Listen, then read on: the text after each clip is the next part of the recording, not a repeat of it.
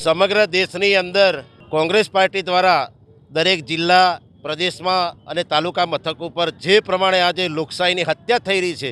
તે બાબતને લઈને અને સંવિધાન જ્યારે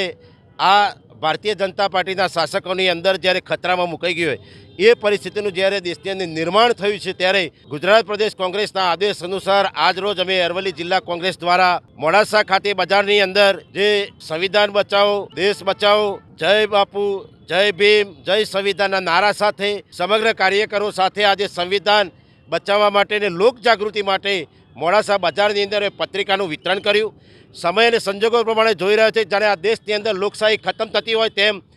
જ્યારે આ સ્થાનિક સ્વરાજ્યની ચૂંટણીઓ અત્યારે ચાલી રહી છે, નગરપાલિકાની ચૂંટણીઓ ચાલી રહી છે, એ દરમિયાન તમે જોશો કે ભારતીય જનતા પાર્ટી પોતાના ઉમેદવારોને બિનહરીફ કરવા માટે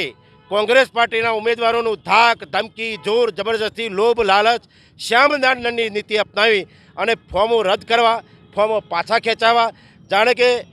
એમની મનોવૃત્તિ જ એ પ્રકારની થઈ ગઈ છે કે આ દેશમાં લોકશાહી ખતમ થાય અને સરમુખ અત્યારશાહીનું શરૂઆત રહે અને અમે સત્તામાં ટકી રહીએ એમ લોકશાહીની હત્યા જે થઈ રહી છે ત્યારે કોંગ્રેસ પાર્ટી દ્વારા સંવિધાન બચાવો દેશ બચાવો ના નારા સાથે લોકજાગૃતિના કાર્યક્રમના ભાગરૂપે સમગ્ર કોંગ્રેસ પાર્ટીના અમારા આગેવાનો સાથે આજે લોકજાગૃતિના કાર્યક્રમના અર્થે પત્રિકાઓનું વિતરણ કરી અને આ રેલી સ્વરૂપે કાર્યક્રમ મોડાસા ખાતે યોજેલ છે।